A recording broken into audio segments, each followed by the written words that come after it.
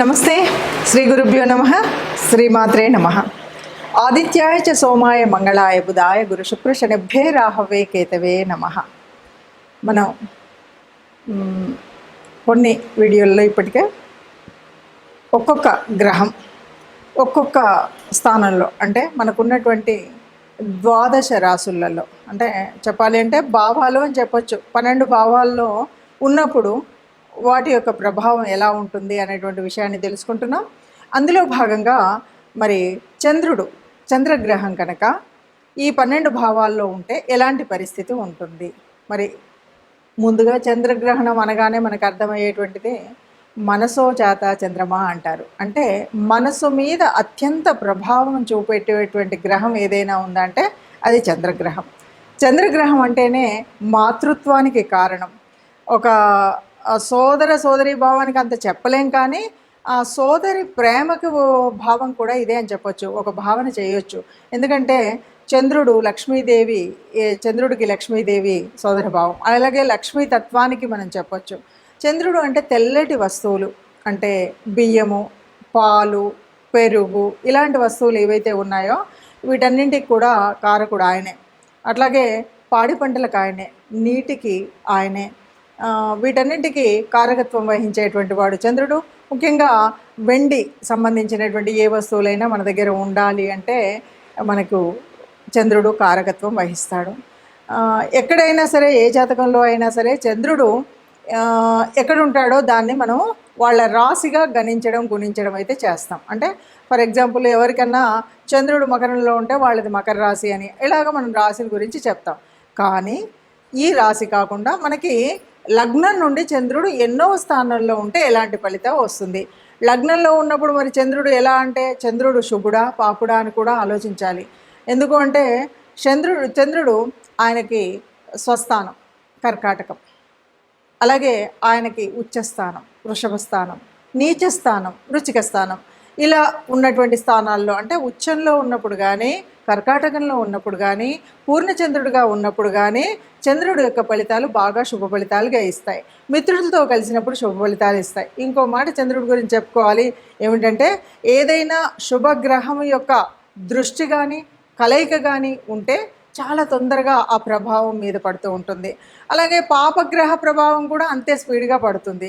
అందుకని చంద్రుడు ఎవరితో కలిసి ఉన్నాడు, ఎవరి దృష్టి ఉంది, ఏ స్థానంలో ఉన్నాడు అనేటువంటి దాని మీద నుండి కూడా కొంత ఫలితాలు వచ్చినప్పటికీ ముఖ్యంగా ఈ ద్వాదశ రాశులలో అంటే లగ్నం నుండి ఎవరి సొంత జన్మజాతకం ఉంటుందో ఆ జన్మజాతకంలో ఎవరి లగ్నంలో చంద్రుడు ఉన్నాడా, ద్వితీయంలో ఉన్నాడా, తృతీయంలో ఉన్నాడా, ఉన్నప్పుడు శుభుడైతే ఎలా ఉంటుంది, పాపుడైతే ఎలా ఉంటుందో మనం తెలుసుకుందాం.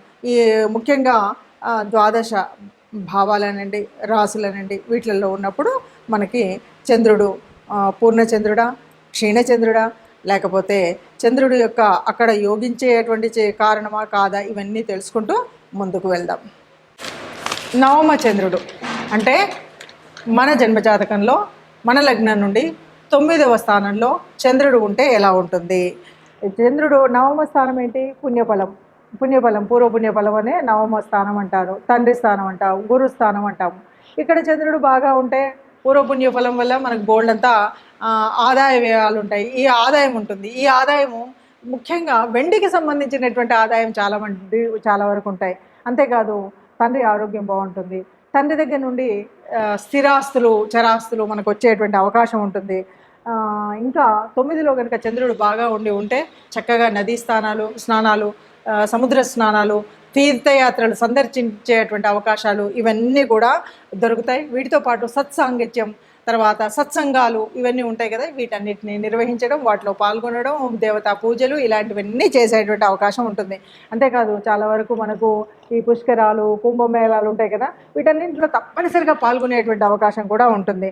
అయితే ఈ చంద్రుడు ఒకవేళ క్షీణచంద్రుడై లేదు పాపగ్రహ వీక్ష నుండి పాపగ్రహ కలయిక ఉంటే పూర్తిగా వ్యతిరేక ఫలాలు ఉంటాయి. అంటే పూర్వీకుల నుండి వచ్చినటువంటి ఆ వెండికి సంబంధించిన ఇంకేదైనా ఆస్తులు ఉంటే అవన్నీ కరిగిపోయేటువంటి అవకాశం ఉంటుంది. అలాగే మనం ఎవరితో సత్సంగాల్లో వాటిలో పాల్గొనేటువంటి అవకాశం ఉండదు, తీర్థయాత్రలు అంతకన్నా చేసేటువంటి అవకాశం ఉండదు.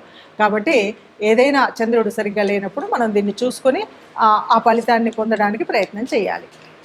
ఇప్పటి వరకు మనం చెప్పుకున్నటువంటి వాటిల్లో అంటే చంద్రుడు స్థానంలో ఉన్నాడా, స్వస్థానంలో ఉన్నాడా, లేదు నీచ స్థానంలో ఉన్నాడా, శత్రువులతో కలిసి ఉన్నాడా, మిత్రులతో కలిసి ఉన్నాడా, పాపగ్రహాల కలయిక ఉందా, పుణ్యగ్రహాల కలయిక ఉందా, పాపగ్రహాల దృష్టి ఉందా, శుభగ్రహాల దృష్టి ఉన్నదా అన్న దాని మీద మన ఫలితాలు ఉన్నాయి కదా.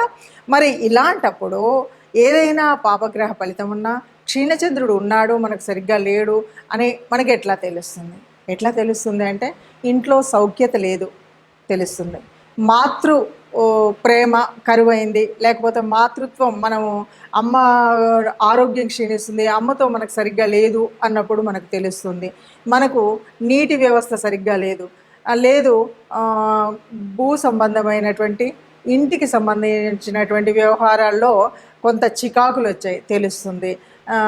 మన దగ్గర ఉన్నటువంటి ఇంతకు ముందే ఉన్నటువంటి నిధి ఏదైతే అంటే వెండికి సంబంధించిన వస్తువులు అవన్నీ ఉంటాయి కదా, ఇవన్నీ మన దగ్గర నుండి నెమ్మదిగా కరిగిపోతున్నాయి, లేకుండా పోతున్నాయి అన్నప్పుడు మనకు చంద్రుడు బాగాలేడు అని తెలుస్తుంది. అన్నిటికీ మించి మనస్థిమితం లేకుండా చేసిన పని ఏం చేస్తున్నానో అర్థం కాకుండా చేసిన తప్పులే చేసి ఇప్పుడు ఏదో అనుకోండి రేపు ఏదో చేయడం, ఇలాగా ఒక స్థిరమైనటువంటి ఆలోచనలు లేకుండా ఉన్నప్పుడు కూడా చంద్రుడు బాగా లేనట్టు. అలా మరి బాగా లేనప్పుడు అంటే బాగున్నప్పుడు మంచి శుభ ఫలితాలే వస్తున్నాయి. మరి బాగా లేనప్పుడు మనం ఏం చేయాలి, ఎట్లా చేయాలి అంటే చంద్రుడు అనగానే మనకు చంద్రగ్రహానికి సంబంధించినటువంటి స్తోత్రాన్ని చదువుకోవడం.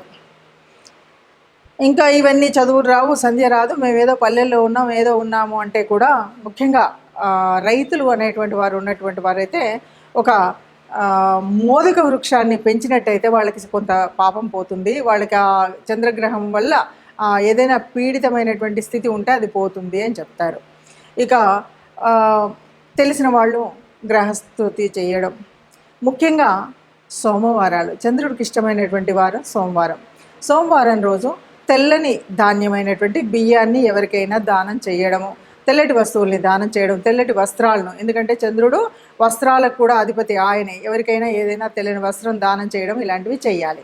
సరే మనకు బాగాలేదు కదా, ఎవరైనా మనకు తెల్లటి వస్తువులు ఇస్తే మనం స్వీకరించకూడదు, తెల్లని వస్తువులు ఎవరైనా మనకిస్తే అస్సలు స్వీకరించకూడదు. మనకు దోషకాలం ఉన్నప్పుడు కొంతవరకు పురుషులైతే కుడి చేతికి, స్త్రీలైతే ఎడం చేతికి వెండికి సంబంధించిన ఏదైనా కడియం లాంటిది వేసుకుంటే కొంత ఉపశాంతి కలిగిస్తుంది. ముత్యాలు, ముఖ్యంగా చంద్రుడికి సంబంధించినటువంటిది ముత్యాలు కూడా ఒకటి, ఆ ముత్యాలు మనం ధరించడం అనేటువంటిది కూడా చేయొచ్చు. తర్వాత తెల్లటి గోశాలలో కనుక తెల్లటి గోవు, అది కూడా స్వదేశీ గోమాత ఉంటే ఆ గోమాతకి బియ్యంలో కొన్ని బియ్యం తీసుకొని అందులో కొంచెం బెల్లం వేసి ప్రతి సోమవారం రోజు మనం గోశాలకు వెళ్ళి ఆ గోమాతకి తినిపించడం. అంతేకాదు ప్రదోష వేళ శివుడికి అభిషేకం చేయించడం అనేటువంటిది కూడా, ఎందుకంటే ఈయన చంద్రశేఖరుడు కాబట్టి ఆ శివుడి తల మీద ఉండేటువంటి వాడు కాబట్టి శివుడికి అభిషేకం చేయించినట్టయితే, ముఖ్యంగా ప్రదోష వేళ అభిషేకం చేయించినట్టయితే మనకున్నటువంటి దోషాలన్నీ పోతాయి అని చెప్పొచ్చు. కాబట్టి ఒకవేళ పొరపాటునో గ్రహపాటునో మన పూర్వజన్మ సుకృతం వల్లనో వచ్చినటువంటి ఏవైనా దోషాలు ఉండి చంద్రుడు ఉండవలసిన స్థితి కాకుండా కొంచెం అటు ఇటుగా ఉన్నట్టయితే మనం ఇలాంటి పరిహారాలు చేసుకొని ఏ లోపం లేకుండా హాయిగా సుఖంగా ఆనందంగా జీవించవచ్చు. మనం అనుభవించడం అనేటువంటిది జీవిత లక్ష్యం.